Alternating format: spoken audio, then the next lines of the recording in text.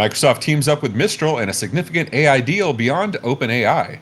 Join us as we dive into the details of this partnership and its implications for the industry.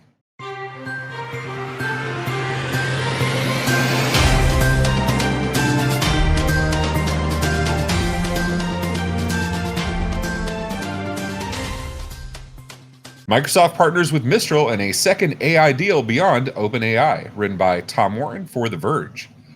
Microsoft has formed a multi-year partnership with Mistral, a French AI startup valued at 2 billion euros, marking its second major AI deal following the $10 billion investment into OpenAI.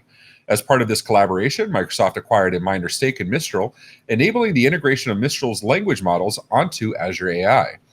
Mistral recently introduced Mistral Large to rival OpenAI's GPT-4, alongside Mistral's Small for improved performance and a new chatbot, Le Chat. This partnership offers Mistral new commercial opportunities, moving away from its usual focus on open source models.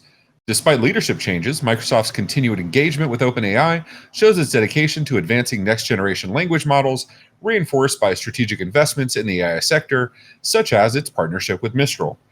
Tony, this is already grabbing the EU's ire because they're very much against anti-competition, right? They're very much against monopolies.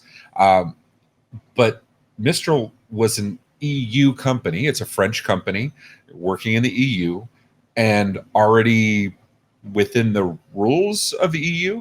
So, which makes it a smart target for Microsoft. But I wonder, does that kind of undermine all the work Mistral's done because now it's Microsoft coming in?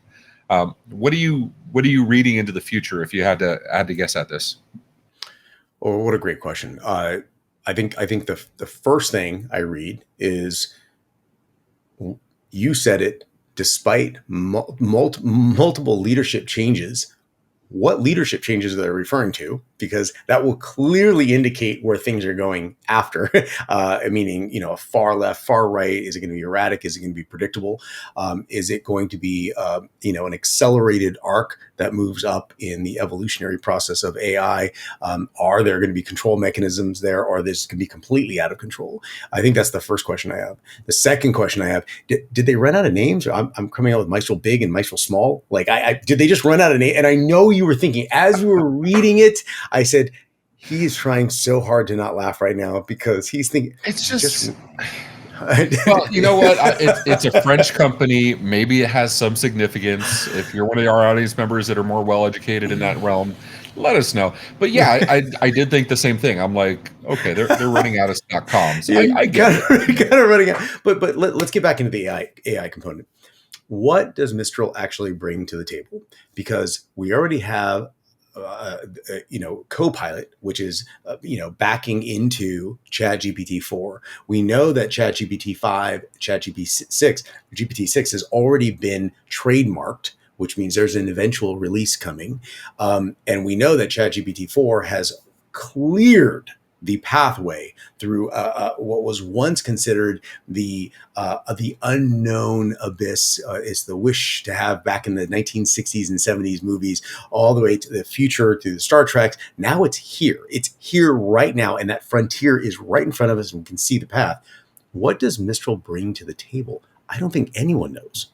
Do you know? I feel this is very reminiscent to me of Microsoft of the 80s and 90s of gobbling up everything. Let's be honest, Alphabet, previously Google, did the exact same thing, right? They do, and anybody with money right now is investing in AI, period.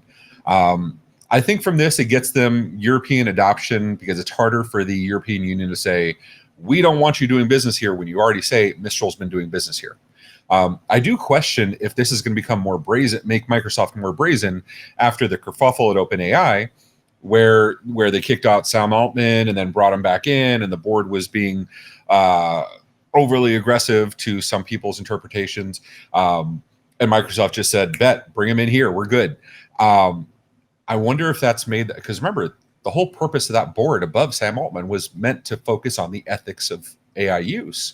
So sitting there and saying, okay, well, if you're going to do this nonsense, we're just going to continue forward elsewhere. I worry that's made Microsoft more bold in what they're willing to take on risk-wise. And now entering the EU, where they have less tolerance for those things, I wonder how that's going to play. It's very curious to me. And there was also that switch back and forth. And if we kind of remind ourselves that violence is the last refuge of incompetence, and we recognize that, hey, they hacked Sam Altman, and then they said, and then they brought him back. The question is, why did they initially hack him? Why? Who was the power play that actually brought him back? And what's going to happen because of that? What were they trying to stop? Or more importantly, what were they not aware of? And how has this evolved from that point? I would love to hear more about this. We could talk about this literally all day. But I want to know, what the heck is Mistral? Like, what are they bringing to the table? I'm excited about it, but at the same time, you pointed out, maybe they're just buying like whatever has AI on it. We need to create a company, just put AI on it, and then I don't know. I'll land this plane, Ray. Land it. Yeah, Tony. So much to ask about. That's why we have our Discord. That's why we have the comments. But for now, thanks for tuning in. If you found this story eye-opening, catch MSP Dispatch every Tuesday and Friday at 10 a.m. Eastern for more in-depth news coverage. Share your thoughts below, and remember to hit that subscribe button. See you next time.